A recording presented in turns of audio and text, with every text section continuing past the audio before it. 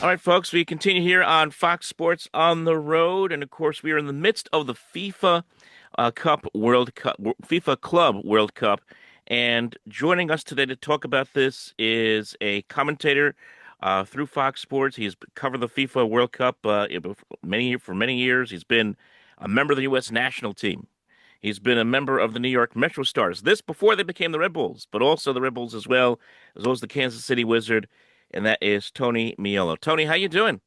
Michael, how are you, man? I'm doing well. I got a little Club World Cup fever these days because I feel like I'm glued to the TV 24 hours a day, and it's really it's killing my golf game right now. But it's helping my soccer knowledge, that's for sure.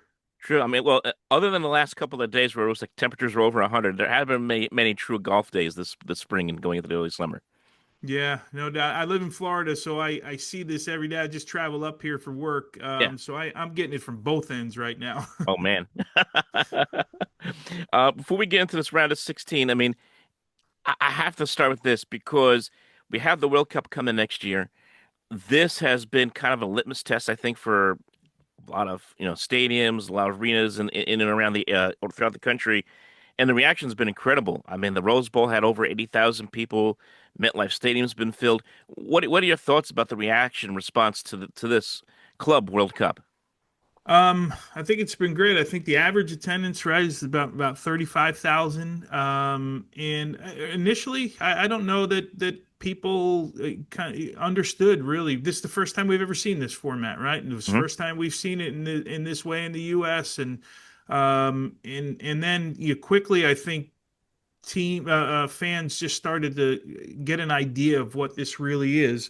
You're talking about the best club teams in the world, and we've got the winners from all the continental tournaments. So I always thought from a footballing standpoint it would be incredible.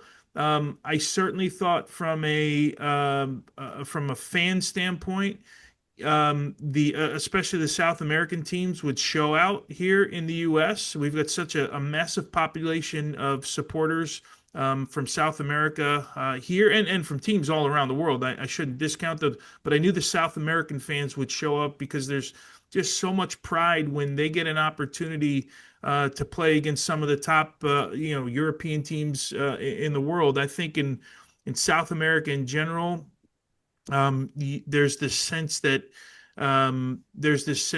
maybe they get overlooked a little bit in their support. But then you look at a team like Flamenco, who has estimated between 45 and 50 million fans around the world. And then you're like, holy cow, that's a lot of people that support one club, you know? Hmm. So it's been, yeah, I'm guessing, Michael, you've seen the scenes around the country of some of these teams taking over malls. Down in Miami, Boca Junior fans took over the beaches for like 3 or 4 days, and are just singing and it is incredible and just kind of a prelude to maybe what we're going to see a year from now. And in the great state of New Jersey, as we were talking about earlier, you're going to host now coming up both semifinals. I think those I don't have the calendar in front of me. I think those are the 8th and 9th. Yep. And then on the weekend, on the 13th, you're going to host the finals there Yeah. in what is just a spectacular venue. Yeah. I mean, it's going to be exciting. I mean, they have the quarterfinals July 5th, and as you mentioned, the 8th and 9th, the semifinals going to the final. I mean, and this is going to be the place that's going to host the World Cup next year. MetLife Stadium, New Jersey. We're going to have the entire planet, for lack of a better phrase, looking in on New Jersey and looking in on MetLife Stadium for these big events. What does that do? From the Jersey guy perspective, you're a New Jersey guy yourself. What does that feel like for you when you think about that personally? It's incredible, right?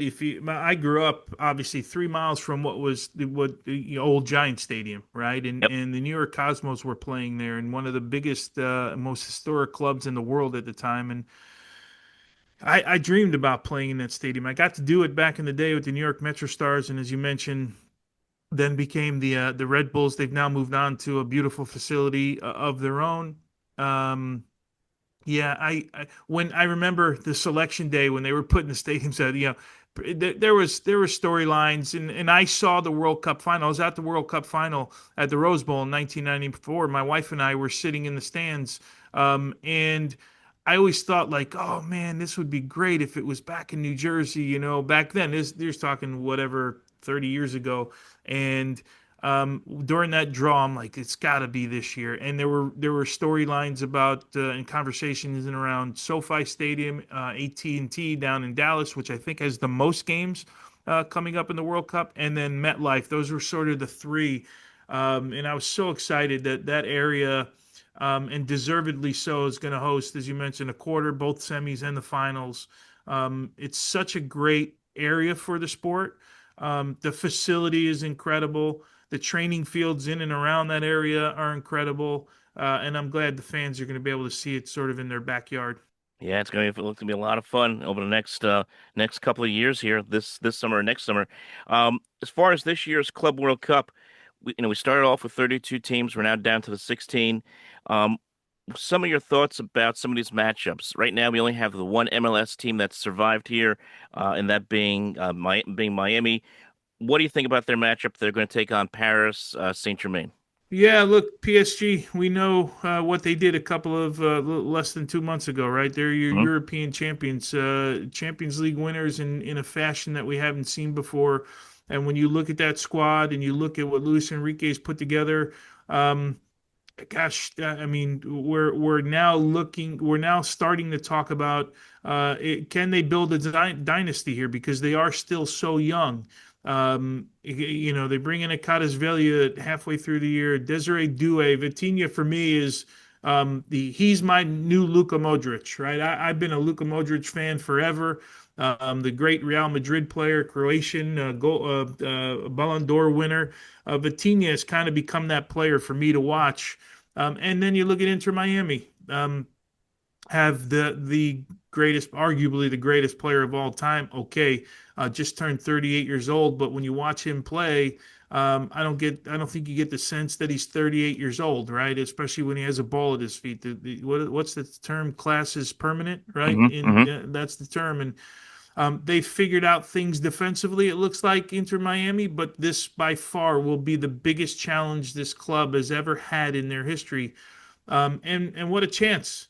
This is a chance to do something special. So they are carrying the flag for MLS. I think it's great that they went through.